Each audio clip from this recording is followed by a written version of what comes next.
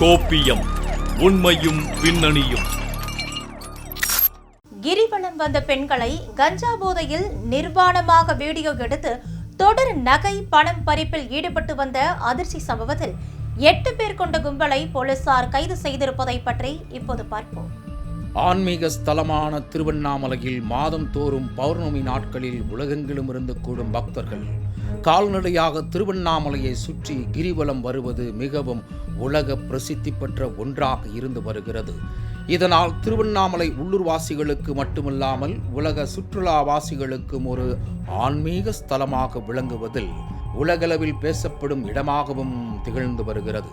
இந்நிலையில்தான் கடந்த சில நாட்களாக ஆன்மீக ஸ்தலமாக போற்றப்பட்டு வரும் திருவண்ணாமலையில் தொடர்ந்து அரங்கேறி வரும் பாலியல் வன்முறை சம்பவங்கள் பக்தர்களுக்கு அச்சுறுத்தலையும் கிரிவலத்திற்கு எழுக்கையும் ஏற்படுத்தி இருக்கிறது. இதற்கு முன்பாக கிரிவலம் செல்வதற்காக வந்த ஆந்திராவைச் சேர்ந்த பெண் அவரின் தாயாரின் முன்பாகவே 2 காவலர்களே கூட்டு பாலியல் வன்கொடுமையில் ஈடுபட்ட சம்பவம் பெரும் அதிர்வலைகளை ஏற்படுத்தியது. அதனைத் தொடர்ந்து திருவண்ணாமலை செய்யாறில் கடந்த மாதம் 10ஆம் வகுப்பு மாணவி கூட்டு பாலியல் வன்கொடுமைக்கு ஆளாக்கப்பட்ட சம்பவம் அதிர்வலைகளை ஏற்படுத்தி இருக்கிறது. இந்நிலையில் கடந்த 4 நாட்களுக்கு முன்பு 23 வயதான பெண் ஒருவர் திருவண்ணாமலை மேற்கு காவல் நிலையத்தில் ஒரு பரபரப்பு புகாரை அளித்தார். அதில் கடந்த 31ஆம் தேதி இரவு தன் ஆண் நண்பருடன் கிரிவலம் சென்றுவிட்டு அத்தியந்தல் ஏரிக்கரை அருகே தனிமையில் பேசிக் கொண்டிருந்த போது அங்கு வந்த கஞ்சா போதை வாலிபர்கள் சுமார் 11 பேர் தங்கள் இருவரையும் மிரட்டி தனிமையில் இருந்ததை வீடியோ எடுத்ததுடன் அந்த பெண்ணை நிர்வாணமாக வீடியோ எடுத்து பாலியல் சீண்டலில் ஈடுபட்டதாகவும் தெரிவிக்கப்பட்டது. பின்னர் அவர் அணிந்திருந்த நகை மற்றும் பணத்தை பறித்து கொண்டு நாங்கள் எப்போது எங்கு கூப்பிட்டாலும் எந்த மறுப்பும் தெரிவிக்காமல் வர வேண்டும் என்று மிரட்டிச் சென்றிருக்கிறார்கள். இதனைத் தொடர்ந்து பெண் கொடுத்த புகாரின் பேரில் வழக்கு பதிவு செய்த போலீசார் தனிப்படைகள் அமைத்து அந்த கும்பலை தேடி வந்தனர். இந்நிலையில் கடந்த 2 தினங்களுக்கு முன்பு 16 வயதுடைய சிறுவன் உள்ளிட்ட 8 பேரை கைது செய்த போலீசார் அந்த கும்பலுடன் தொடர்புடைய தலைமறைவாக உள்ள மேலும் 3 பேரை தேடி வருகின்றனர்.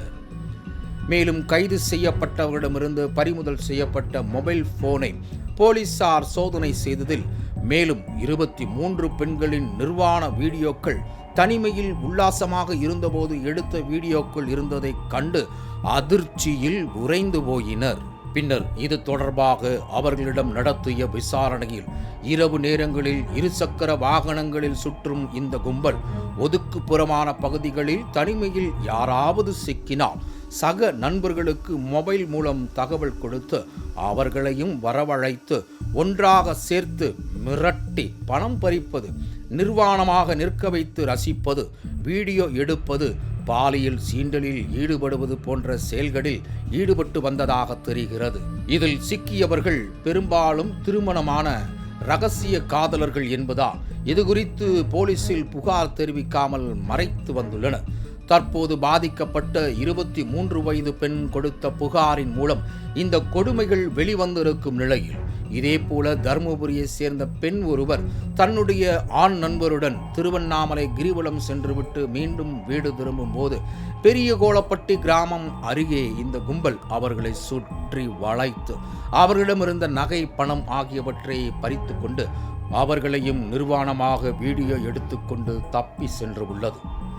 அதன் பின்னர் மறுநாள் இந்த கும்பல் மொபைல் போன் மூலம் மிரட்டி ஜிபே மூலம் 4000 ரூபாய் பணம் பறித்ததால் அந்த பெண் தருமபுரியிலிருந்து 100க்கு போன் செய்து புகார் தெரிவித்துள்ளார். அந்த புகாரின் பேரில் விசாரணை நடத்தியதில் முந்தைய சம்பவத்தில் கைது செய்யப்பட்ட கும்பலைச் சேர்ந்த 5 பேரும் இதில் தொடர்பிருப்பது தெரிய வந்திருக்கிறது.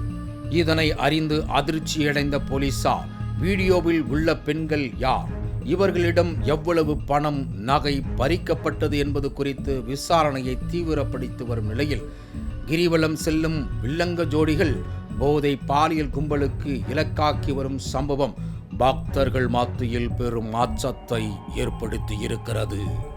பல்லாயிரக்கணக்கான பக்தர்கள் கிரிவலம் செல்லும் பாதையில் வில்லங்க ஜோடிகள் தொடர்ந்து போதை பாலியல் கும்பலுக்கு இலக்காகி வரும் சம்பவம் பக்தர்கள் மத்தியில் பெரும் அச்சத்தை ஏற்படுத்தியிருக்கும் நிலையில் கிரிவல பாதையில் பாதுகாப்பை அதிகரிக்க வேண்டும் என்பதே பக்தர்களின் வேண்டுகோளாக உள்ளது.